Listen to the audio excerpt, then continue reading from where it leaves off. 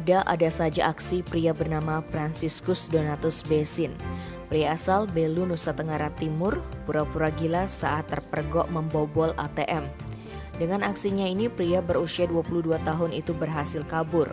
Di Reskrimum Polda Bali, Kombes Pol Alri Satrian, Jumat 10 September menerangkan peristiwa tersebut terjadi Selasa 31 Agustus sekitar pukul 5 di mesin ATM dalam Bank BPD Kas Canggu, Jalan Raya Canggu, Banjar Aseman Kawan, Tibu Beneng, Kuta Utara.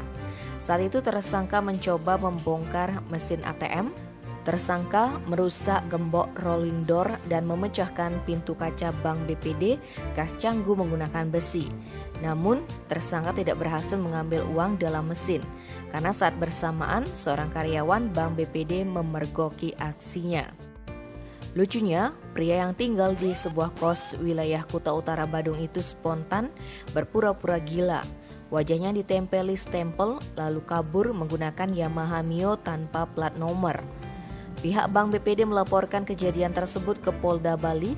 Atas laporan tersebut, tim Resmob Ditreskrimum Polda Bali bergegas melakukan penyelidikan dengan mendatangi kos tersangka di wilayah Kuta Utara.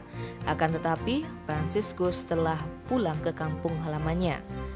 Tim kemudian menuju ke Pelabuhan Benoa untuk mengecek manifest penumpang kapal dan diketahui tersangka mengarah ke Bima menuju Kupang, NTT. Dalam waktu 9 hari, tepatnya Kamis 9 September, saat kapal yang ditumpangi transit di Bima, NTB, tersangka diringkus polisi dan digelandang ke Mapolda Bali. Saat diinterogasi, Franciscus mengakui perbuatannya. Ternyata aksinya ini merupakan yang ketiga kalinya. Pasalnya dia pernah membobol salah satu sekolah di Denpasar pada 2 September dan membawa kabur CPU. Selain itu, tersangka pernah mencuri di salah satu villa di kawasan Ubud Gianyar pada 28 Agustus dengan membawa kabur beras. Franciscus mengaku uang hasil curiannya digunakan untuk memenuhi kebutuhan hidup sehari-hari. Tim Bali Express melaporkan.